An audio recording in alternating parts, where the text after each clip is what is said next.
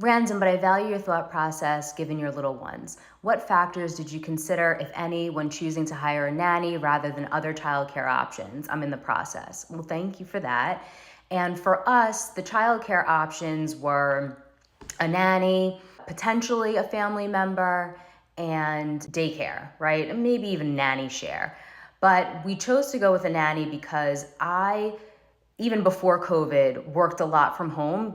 Given the nature of my practice, I typically only am client facing when we're executing documents. So I like the idea of having someone with our children and me also being in the house, being able to go see them, whereas that wouldn't be something available to me if they were in daycare.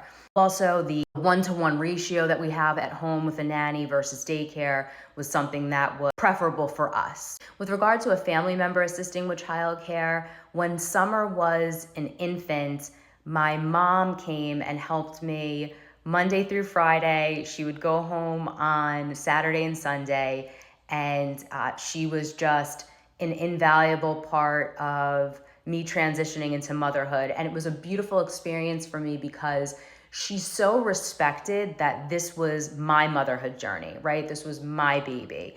And she was always there to answer questions and have me bounce things off of, but she was never overbearing or trying to force her parenting style, which I inevitably, drew so much of how I parent my kids from her, but she never forced it upon me or made me feel like her way was the right way and what I was doing wasn't best for my child. I'm very fortunate in that regard. Many people don't have family members like that can help with childcare. What I would say is if you are considering a family member that you feel you can't speak openly and honestly with about the way that you want to rear your child, or would not do things that you wanted them to do because they know better, you might want to consider other options. I'm aware that other options may not be available with the cost of childcare, but that's a tough sort of dynamic to